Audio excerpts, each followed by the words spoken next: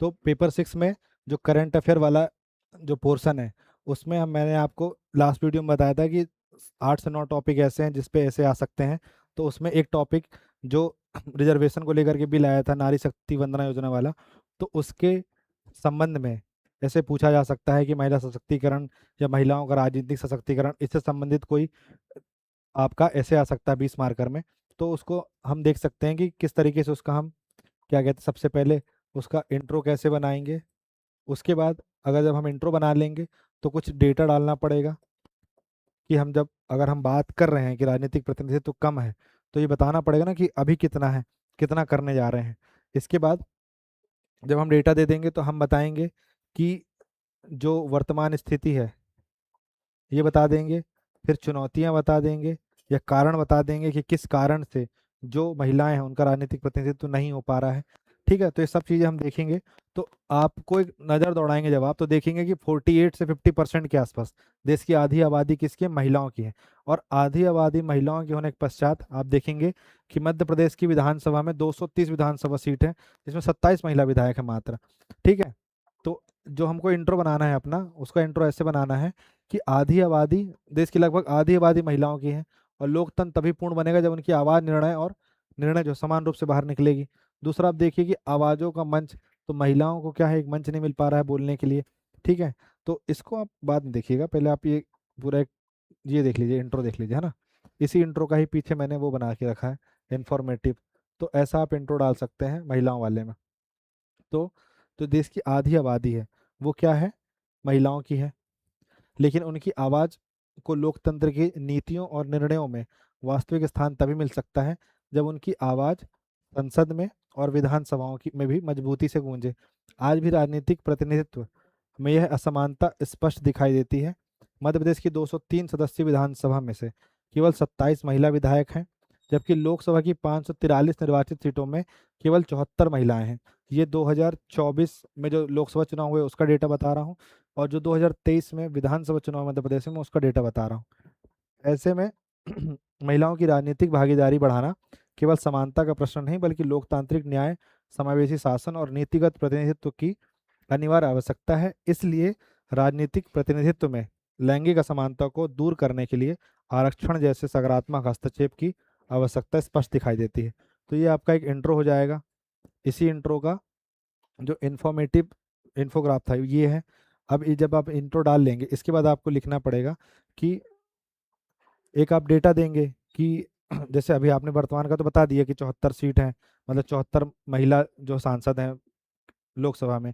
फिर आपने बता दिया कि 27 जो है महिला विधायक हैं कहाँ पे, मध्य प्रदेश की विधानसभा में। तो आपको ये बताना पड़ेगा कि पहली लोकसभा जो थी 1952 में, उसमें सिर्फ 5% के आसपास महिलाएं थी। फिर धीरे धीरे 1952 से 2024 में तो 5% से बढ़कर 13.63% तक पहुंची हैं।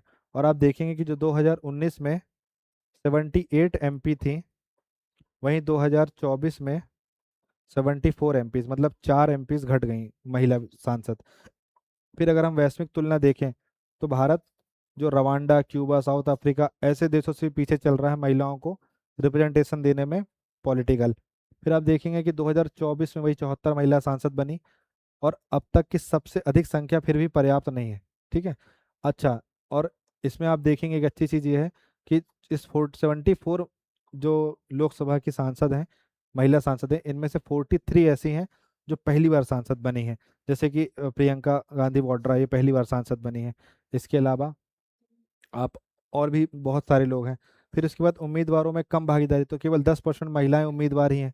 समस्याएं मतलब परिणाम में नहीं, बल्कि उम्मीदवार चयन के स्तर पे हैं।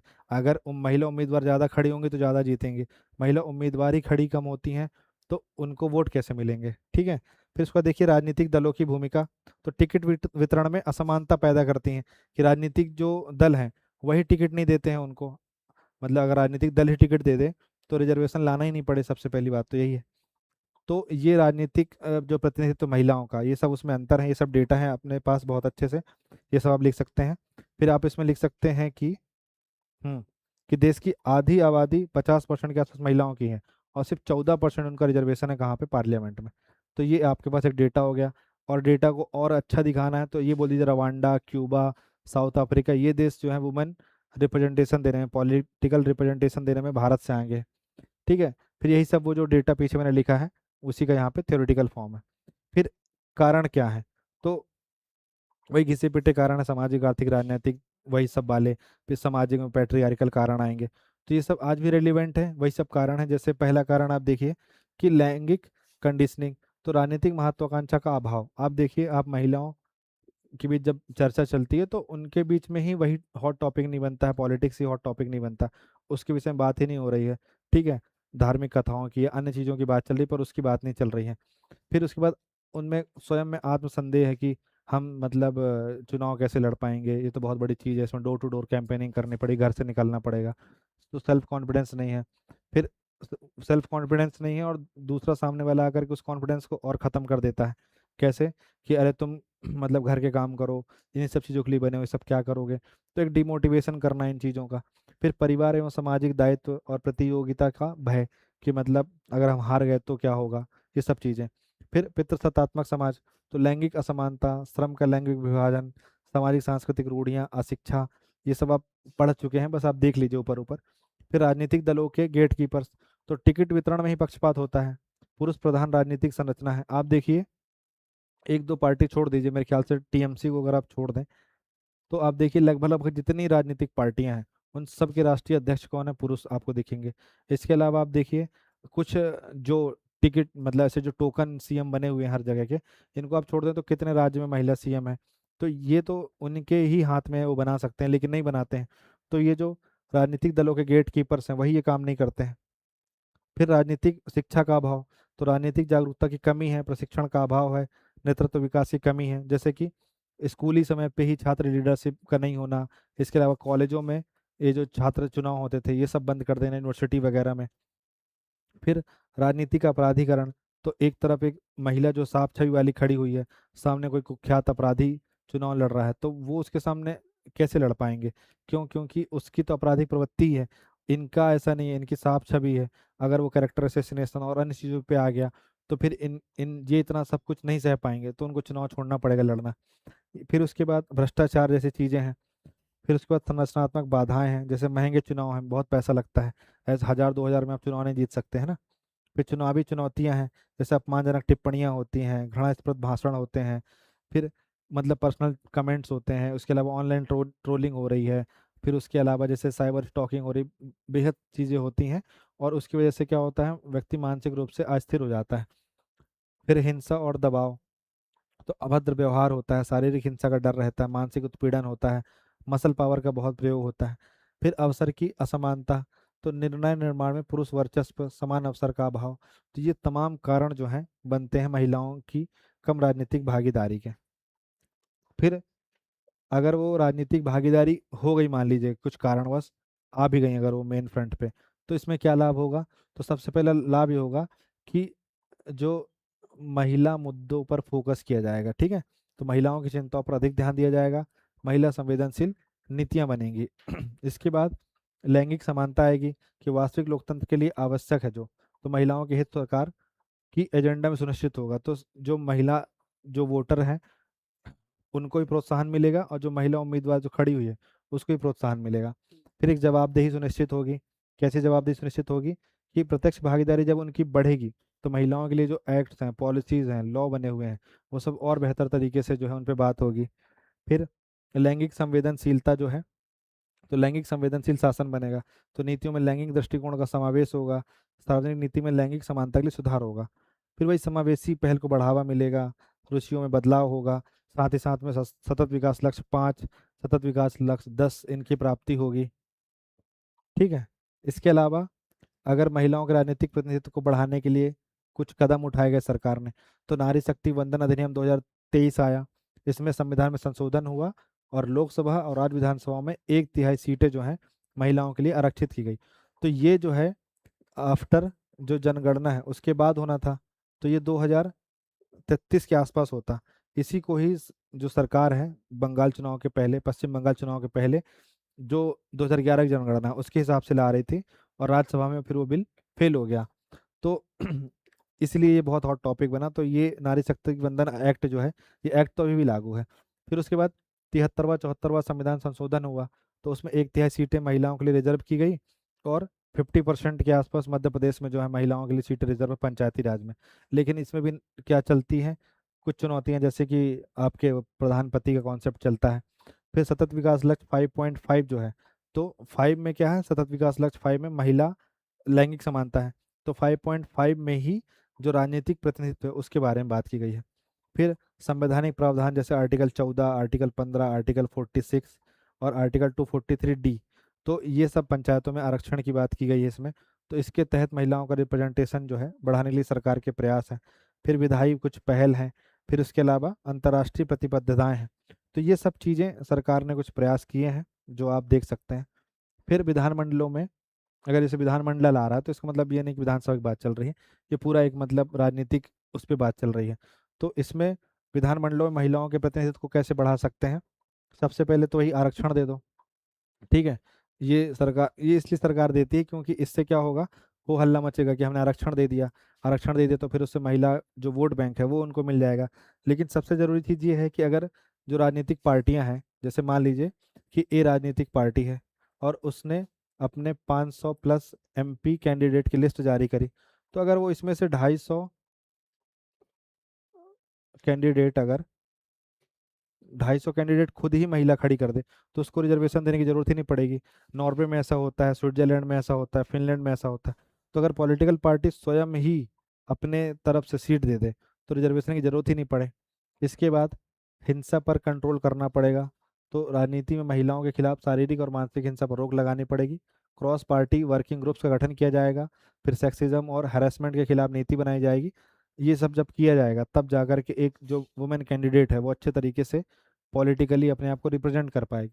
फिर मेंटोरशिप प्रोग्राम चलाए जाएंगे, जिसमें महिला राजनेताओं के लिए मेंटोरशिप के अवसर उपलब्ध कराए जाएंगे। अनुभवी नेताओं से जुड़ाव किया जाएगा, जैसे कि प्रियंका गांधी वाड्रा हो गई, या डिम्पल यादव जी हो गई बहुत समय से, सयानी घोष हो गई, महुआ मोइत्रा हो गई। तो ये सब जो बहुत समय से चले आ रहे हैं सांसद हैं, इनसे एक ट्रेनिंग कराई जाएगी, उनकी उनकी बात कराई जाएगी। ठीक है। फिर मीडिया में भागीदारी बढ़ाई जाएगी। पत्रकारों का लैंगिक संवेदनशीलता प्रशिक्षण कराया जाएगा। फिर उसके बाद महिला संसदीय समूह बनाया जाएगा एक, जो क्या करेगा, एक जो अन्य जो उम्मीदवार बन रही हैं या जिनको बनने का शौक है उनको प्रमोट करेगा ये। ठीक है, ये सब बढ़ाने के उपाय हैं। फिर उसके बाद महिला राजनीतिक प्रतिनिधित्व जो है विकसित, समावेशी और आत्मनिर्भर भारत की अनिवार्य शर्त है। कैसे अनिवार्य शर्त है, कि आधी आबादी महिला की है, अगर ये सामर्थ्य हो जाएगी, तो आधा सामर्थ्य अगर जब ये हो जाएगा तो इससे क्या होगा, महिलाओं की भागीदारी राष्ट्रीय क्षमता में उत्पादकता में वृद्धि करेगी। सिंपल सी बात है, एक घर में 5 लोग रहते हैं, 6 लोग रहते हैं, 3 कमाते हैं, 3 नहीं कमाते, 6 के 6 कमाने लग जाएंगे, उसकी आय बढ़ जाएगी। तो अगर ये 48% लोगों को पॉलिटिकल रिप्रेजेंटेशन मिल जाएगा, तो ये लोग भी देश की एक जो नीति निर्माण होता है, योजना निर्माण होता है, उसमें बहुत बड़ा अपना योगदान दे पाएंगे। फिर उसके बाद जो सड़क की आवाज़ है वो संसद की ताकत बनेगी। जो महिलाओं के मुख्य मुद्दे हैं, तो महिलाएं जैसे मैटरनिटी रिलीफ, मैटरनिटी बेनिफिट मिलता है, ऐसे ही जो पीरियड लीव्स की बात चलती है उस पे जब अगर बड़ी संख्या में महिलाएं बात उठाएंगी तो उस पे एक कानून बन जाएगा, तो पीरियड लीव का भी एक प्रोविज़न आ जाएगा। फिर लोकतंत्र की जो पूर्णता है ये होगी, अगर मान लीजिए 48% लोग ही बाहर हैं, 10% लोग, 48% में से सिर्फ 10% ही अगर लोकसभा में है, तो अगर मान लीजिए 48% का कम से कम 50 से 70% अगर सांसद या विधायक बन के बैठेंगे, तो लोकतंत्र अपने आप में सफल हो जाएगा। फिर विकसित भारत का आधार बनेगा ये। क्यों? क्योंकि विकसित भारत सिर्फ GDP $30 ट्रिलियन हासिल करके नहीं बनाना, या $18,000 की पर कैपिटा इनकम हासिल करके नहीं बनाना है, उसमें ये भी लक्ष्य है कि हमें राजनीतिक रूप से सशक्त बनाना है सबको। फिर SDG 5 जो लैंगिक समानता है ये प्राप्त होगी। फिर SDG 10 असमानताओं में कमी ये आएगी। फिर आत्मनिर्भर भारत की ओर जो है कदम आगे बढ़ेगा, और आवाज से नेतृत्व तक ये सब चीज़ें चलेंगी। तो ये पूरा महिला राजनीतिक प्रतिनिधित्व का चीज़ था। फिर इसके बाद लास्ट में ये निष्कर्ष है, और धन्यवाद है। ठीक है, तो ये निष्कर्ष है, इसको आप देख लीजिए, फिर मैं आपको बता देता हूँ। तो इसका निष्कर्ष ये बोल रहा है कि देश की आधी आबादी यदि निष्क्रिय रहेगी तो देश का आधा सामर्थ्य भी निष्क्रिय रहेगा, और यदि सड़क की आवाज़ संसद में नहीं गूंजेगी तो लोकतंत्र की इमारत जन भावनाओं से दूर होती जाएगी।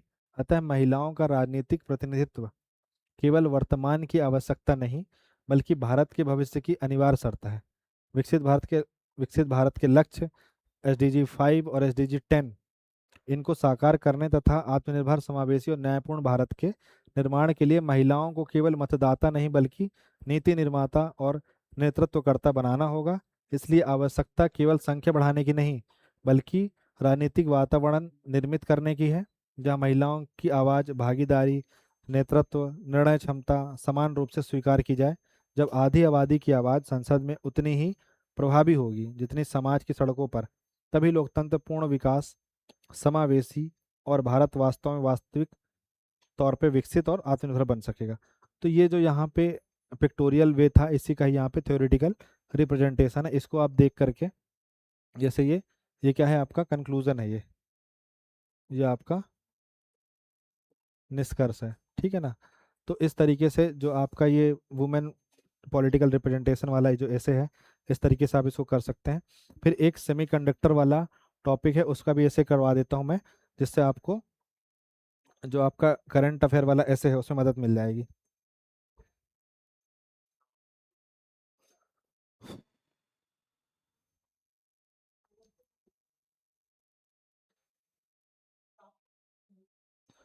तो सेमीकंडक्टर है ना, तो एक ये टॉपिक है सेमीकंडक्टर वाला, जिसमें आप देखेंगे सेमीकंडक्टर मिशन लेकर आई थी भारत सरकार, और बहुत जगहों पे इसके लिए प्लांट स्टैब्लिश हो रहे थे। तो ये क्यों जरूरी हो रहा है, इसको क्यों न्यू फ्यूल न्यू ऑयल बोला जा रहा है, तो हो सकता है इस पे करंट अफेयर वाले टॉपिक पे ऐसे आ जाए। तो इसमें क्या है,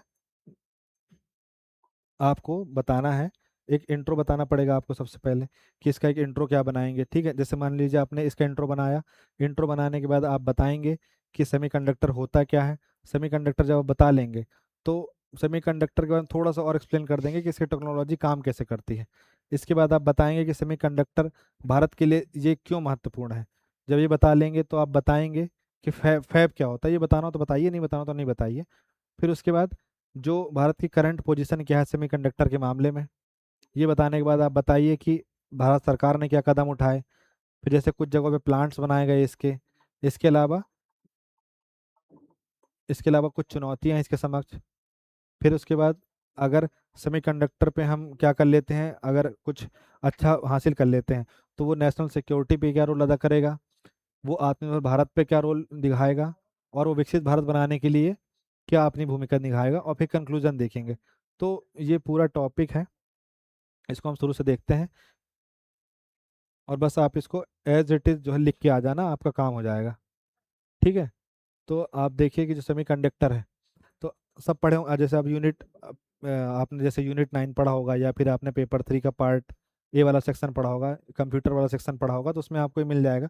तो मोस्टली समय इसमें आपको इंट्रो में क्या लिखना है, जैसे एक ज़माना था जिसमें स्टीम इंजन या भाप के इंजन जो थे, वो उस पर क्या हुआ, डिपेंडेंसी बढ़ी और इंडस्ट्रियल रेवोल्यूशन को उसने बहुत ज़्यादा बल दिया। उसके बाद पेट्रोलियम का युग आया, तो उसमें क्या हुआ, ऊर्जा का प्रमुख स्रोत पेट्रोलियम बना, सारे देश उस पर डिपेंडेंट हुए, और जिन देशों के पास ये चीज़ की अवेलेबिलिटी थी उन पे सब लोग निर्भर रहे, जैसे आज मिडिल ईस्ट पे सब लोग निर्भर हैं। इसके बाद फिर जो नया समय आया 21वीं सदी का, उसमें चिप सेमीकंडक्टर का युग आया। इसमें डिजिटल इकोनॉमी की रीढ़ बन गई, AI, 5G, 6G, EV, defence, space, internet of things, इन सब चीज़ों के लिए सेमीकंडक्टर की नीड जो है पड़ने लगी। फिर इसके बाद तो इस तरीके से आप अपना इंट्रो स्टार्ट करेंगे, और यही इंट्रो का थ्योरी है आपका, ठीक है। थ्योरी क्या है कि इंडस्ट्रियल जो रेवोल्यूशन का दौर आया, वो भाप के इंजन के लिए बहुत फेमस हुआ। फिर जो 20वीं सदी में पेट्रोलियम ने इकोनॉमी और भू राजनीति को क्या दी, गति दी, और अब 21वीं सदी में नया केंद्र क्या बन गया, सेमीकंडक्टर बन रहा है। आज का विश्व जो है एआई का, 5G, 6G, electric vehicle, defence, space, digital economy, fintech वगैरह जो है, इन सब में सेमीकंडक्टर का यूज होता है, ठीक है। तो इनकी आधारभूत शक्ति क्या है, चिप्स हैं, सेमीकंडक्टर हैं। इसलिए बदलते समय में इसको semiconductor is the new oil, ये आप टर्म यूज करना, semiconductor is the new oil केवल एक तकनीकी कथन नहीं है बल्कि तकनीकी संप्रभुता, आर्थिक शक्ति और रणनीतिक स्वायत्तता का नया सूत्र है। ये आपको लिखना है, इस प्रकार से आपका ये इंट्रो जो है हो जाएगा।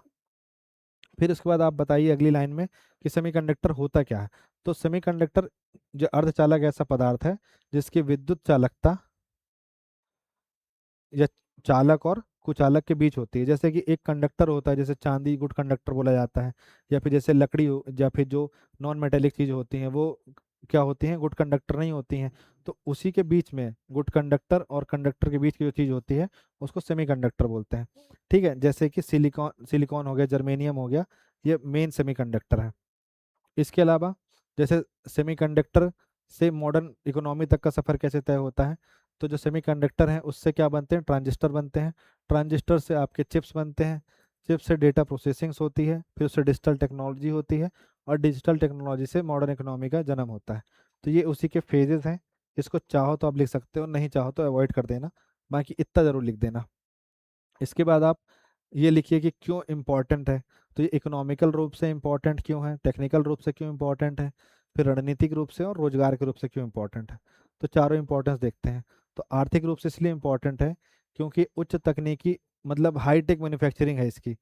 ठीक है, इसलिए ये बहुत ज़्यादा महत्वपूर्ण है। अगर इस पे हम निर्भर रह गए किसी दूसरे देश पे, तो हमें उस पे पूर्णतः निर्भर रहना पड़ेगा हमेशा के लिए।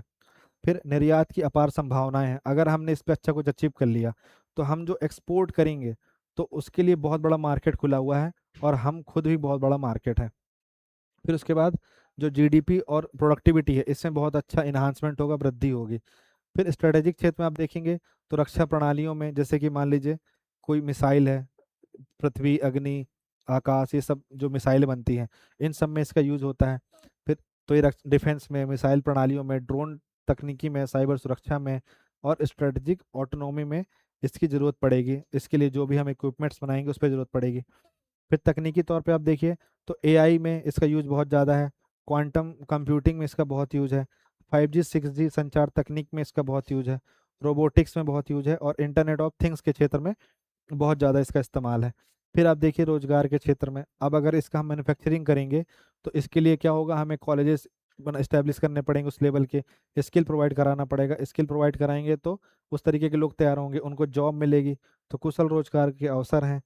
रिसर्च एंड डेवलपमेंट में अच्छा खासा पैसा खर्च होगा, डिजाइन, इंजीनियरिंग और मैन्युफैक्चरिंग इकोसिस्टम का विकास होगा। तो ये भारत के लिए सेमीकंडक्टर इसलिए महत्वपूर्ण है। ठीक है, फिर उसके बाद आप देखेंगे, इसको आगे समझेंगे अपन, कि भारत की करंट पोजीशन इस क्षेत्र में क्या है अभी। तो क्यों भारत इसके लिए इतना ज़्यादा मतलब परेशान हो रखा है, या क्या ऐसी नीड उसको दिख रही है इसमें। तो आप देखिए कि भारत की ताकत क्या है यहाँ पे। उसके पास एक बड़ा घरेलू बाजार है, 150 करोड़ प्लस की आबादी हो रखी है। तो एक बड़ा घरेलू बाजार है, और दूसरा आसपास हम बहुत अच्छे तरीके से एक्सपोर्ट भी कर सकते हैं। साथ ही साथ में आईटी टैलेंट की उपलब्धता है। दुनिया में सबसे बड़ा टेक टैलेंट पूल, इंजीनियरिंग और R&D क्षमता जो है भारत में ही है। फिर सेमीकंडक्टर डिजाइन क्षमता, तो डिजाइन टूल्स, आईपी और सेमीकंडक्टर डिजाइन में एक मजबूत पकड़ भी है, क्योंकि असेंबली तो कर ही रहे होते हैं। जैसे सैमसंग के बहुत सारे, नोएडा में जो गुड़गांव हो गया और चेन्नई हो गया, यहाँ पे सैमसंग के जितने मोबाइल हैं सबकी क्या होती है, असेंबलिंग होती है, आईफोन की असेंबलिंग होती है। तो उस क्षेत्र पे काम तो कर ही रहे हैं। फिर बढ़ता इलेक्ट्रॉनिक इकोसिस्टम, तो मोबाइल मैन्युफैक्चरिंग, ईएमएस, स्टार्टअप्स में और निवेश, ये सब तो बढ़ ही रहा है कंटिन्यूस। फिर वैश्विक साझेदारियां हैं, जैसे अमेरिका, जापान, ताइवान, यूरोप, ये सब भी क्या है, अपना एक यहाँ पे हब बनाने के लिए बहुत ज़्यादा क्या कर रहे हैं, एक साझेदारी कर रहे हैं, एग्रीमेंट कर रहे हैं। अब वीकनेस क्या है भारत की इस जो सेमीकंडक्टर वाले फील्ड में अभी, कि जो निर्माण क्षमता है बहुत सीमित है। तो चिप मैन्युफैक्चरिंग की जो क्षमता है बहुत कम है, लगभग ना के बराबर है। ठीक है, फिर फैब्रिकेशन तकनीक का अंतर है। तो एडवांस नोट्स जो 5 नैनोमीटर और 3 नैनोमीटर में होती है, तो उस वैश्विक प्रतिस्पर्धा से पिछड़ा हुआ है। कि जितना ज़्यादा, जैसे मान लीजिए सेमीकंडक्टर इतनी बड़ी है मान लेते हैं, लेकिन इतना निर्माण करना है, तो इस साइज का जो निर्माण करना है, इस साइज के निर्माण में भारत अभी पीछे है। फिर उसके बाद उच्च पूंजी लागत है, इसमें अच्छा खासा पैसा लगता है, क्योंकि बहुत ज़्यादा इसमें एनर्जी और बहुत ज़्यादा इसमें वाटर की नीड होती है। फिर आयातित उपकरण, अब इसमें हमारे पास सेमीकंडक्टर सिलिकॉन ही नहीं है, सिलिकॉन ही इंपोर्ट करना है, तो जो रॉ मटेरियल है वो ही नहीं है, एक बड़ी समस्या ये है। फिर उसके बाद अच्छा मानव संसाधन नहीं है, ह्यूमन रिसोर्स की बहुत ज़्यादा कमी है, R&D की बहुत कमी है। मतलब जीडीपी का 0.6% खर्च हो रहा है किस पे, रिसर्च एंड डेवलपमेंट पे। तो इतने में क्या ही होगा। फिर उसके बाद सप्लाई चेन पर निर्भरता, मतलब वैश्विक सप्लाई चेन बाधाओं से उत्पादन। अब देखिए हर समय जैसे भी मिडिल ईस्ट में क्राइसिस चल रहे हैं, ताइवान चाइना में क्राइसिस चलते रहते हैं, तो इस तरीके से जो क्राइसिस चल रहे होते हैं ये एक्सपोर्ट को बहुत ज़्यादा प्रभावित कर देता है। फिर उसके बाद इंडिया की, अगर इंडिया इस क्षेत्र पे सेमीकंडक्टर मिशन ला ही दिया है, तो वो इस क्षेत्र पे कर क्या रहा है, कुछ तो इस क्षेत्र पे किया होगा उसने। तो वो इस क्षेत्र पे क्या कर रहा है कि सेमीकॉन इंडिया प्रोग्राम उसने लॉन्च किया, इसमें सेमीकंडक्टर इकोसिस्टम का समग्र विकास किया जाएगा। इसमें क्या किया जाएगा, नीति का निर्माण किया जाएगा, निवेश बढ़ाया जाएगा, इंफ्रास्ट्रक्चर डेवलप किया जाएगा और इनोवेशन को प्रमोट किया जाएगा। फिर डिजाइन लिंक्ड इंसेंटिव स्कीम चलाई गई, तो इसमें सेमीकंडक्टर डिजाइन क्षेत्र को बढ़ावा दिया जाएगा।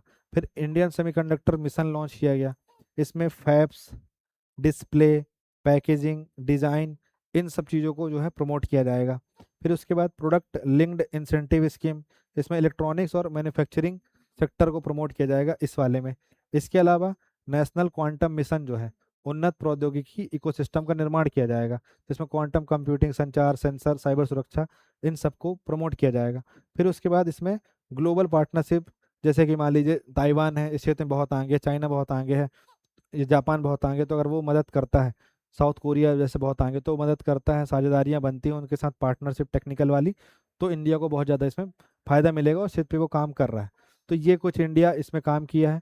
साथ ही इंडिया ने बहुत सारी जगहों पे अपने क्या किए हैं, प्लांट और कुछ कंपनी इस्टेब्लिश की है, जैसे गुजरात के धोलेरा में और सानंद में। तो टाटा इलेक्ट्रॉनिक्स ने धोलेरा में भारत का पहला बड़ा चिप बनाने वाला प्लांट जो है ताइवान के साथ संयुक्त रूप से लगाया है। फिर जो माइक्रोन है, इसने सानंद में चिप असेंबली और टेस्टिंग का बड़ा प्लांट लगाया है। तो टाटा ने धोलेरा में क्या लगाया है, प्लांट ही लगाया है, मैन्युफैक्चरिंग का प्लांट ही लगाया है, जबकि माइक्रोन ने सानंद में असेंबली और टेस्टिंग का सेंटर लगाया है। फिर वहीं पे जो सीजी टावर है गुजरात में ही, ये जापानी कंपनी रेनेसॉल के साथ मिलकर सानंद में टेस्टिंग प्लांट स्थापित कर रही है। साथ ही जो कायन सेमीकॉन है, इसने एक चिप पैकेजिंग प्लांट लगाई है। तो ये चार चीजें हुई हैं गुजरात में। फिर असम के मोरी गांव में टाटा सेमीकंडक्टर असेंबली बनाई गई है। तो टाटा ग्रुप यहाँ भारत का एक बहुत बड़ा चिप असेंबली और पैकेजिंग प्लांट बना रहा है। आप देखेंगे टाटा टाटा आपको दो चार जगह दिख जाएगा। फिर उसके बाद उत्तर प्रदेश के ग्रेटर नोएडा में जो फॉक्सकॉन है और एचसीएल है, ये फॉक्सकॉन और एचसीएल जॉइंट वेंचर मिलके जेवर एयरपोर्ट के पास उत्तर भारत का पहला सेमीकंडक्टर पार्क और असेंबली यूनिट विकसित कर रहे हैं। तो अभी आपने सुना होगा जेवर जेवर एयरपोर्ट से इंटरनेशनल फ्लाइट्स लॉन्चिंग हुई। तो इंदिरा गांधी जो नेशनल हवाई अड्डा, इंटरनेशनल हवाई अड्डा दिल्ली है, उधर न जा करके जेवर एयरपोर्ट भी अब चालू हो गया है। तो उसी के बगल में उत्तर प्रदेश में जो आपका फॉक्सकॉन और एचसीएल, ये दोनों मिल करके क्या कर रहे हैं, सेमीकंडक्टर पार्क और असेंबली यूनिट विकसित कर रहे हैं। फिर राजस्थान के भिवाड़ी में सहस्त्र नाम की जो सेमीकंडक्टर कंपनी है, वो क्या कर रही है, चिप की पैकेजिंग का काम यहाँ पे शुरू कर चुकी है। तो इस तरीके से गुजरात में, असम में, राजस्थान में, उत्तर प्रदेश में, इन चार जगहों पे आप देखेंगे कि सेमीकंडक्टर पे काम चल रहा है। कहीं पे प्लांट ही बन गया है, कहीं पे उसकी असेंबली हो रही है, कहीं पे उसकी क्या हो रही है, मैन्युफैक्चरिंग हो रही है। तो ये इन चीज़ों को आपको लिखना है, गुजरात, असम, उत्तर प्रदेश और राजस्थान, ठीक है। फिर उसके बाद भारत को सिर्फ चिप डिजाइन नहीं करनी है, बल्कि कंप्लीट सेमीकंडक्टर इकोसिस्टम एक बनाना है। जैसे फैब फैब बार बार वर्ड आ रहा था, तो फैब क्या होता है, एक फैक्ट्री है जहाँ सेमीकंडक्टर डिजाइन को वास्तविक सिलिकॉन चिप में बदला जाता है, ठीक है, ये आप लिख सकते हैं। फिर उसके बाद कुछ चुनौतियां भारत के समक्ष, तो वही चुनौती है कि बहुत ज़्यादा इसमें पैसा लगता है, हाई कॉस्ट है इसकी, बहुत ज़्यादा पूंजी लगती है। फिर उसके बाद आप देखेंगे कि टेक्नोलॉजिकल गैप है, इंडिया में पढ़ाया ही नहीं जा रहा इन सब चीज़ों के बारे में, ठीक है। अभी जा करके एआई को लेकर के कुछ कोर्स चालू हुए हैं, जो कि बहुत पहले शुरू हो जाने थे। तो ये जो टेक्निकल जो गैप है और जो शिक्षा और उद्योग के बीच जो गैप है, इसकी वजह से जो स्किल है वो पीछे रह जाती है और इस क्षेत्र पे हम हमेशा निर्भर बने रह जाते हैं। फिर स्किल मैन पावर, तो स्किल्ड मैन पावर नहीं है, जो अकुशल, जो कौन है, युवा है, अकुशल श्रमिक है, इसकी वजह से क्या हो रहा है, सही तरीके से उत्पादन नहीं हो पा रहा है। फिर वाटर एनर्जी बहुत ज़्यादा लगती है, तो चिप के फैब्रिकेशन के लिए आवश्यक क्या है, बहुत अधिक पानी की आवश्यकता और विश्वसनीय बिजली आपूर्ति। इसके अलावा ग्लोबल कंपटीशन, तो ताइवान, साउथ कोरिया, यूएस, चीन, इन देशों के साथ अब सोचिए, ताइवान जो हो गया, यूएस हो गया, चाइना बहुत लंबे समय से इन चीज़ों को बना रहा है, इनके साथ कहाँ पे कंपटीशन होगा। फिर उसके बाद जियो पॉलिटिकल रिस्क होते हैं, जैसे यूएस चाइना तनाव के कारण वैश्विक चिप सप्लाई चेन अस्थिर बन जाती है और सप्लाई चेन डिपेंडेंसी है। तो जैसे मान लीजिए उपकरण हो गए, कच्चा पदार्थ हो गया, सिलिकॉन इसी पे डिपेंडेंट है, सिलिकॉन ही नहीं मिलेगा तो कैसे बनेगी चिप। तो ये जो है बहुत बड़ी सारी चुनौतियां भारत के समक्ष पे, इनको दूर करेगी तो भारत क्या है, समृद्ध बन जाएगी सेमीकंडक्टर के फील्ड में।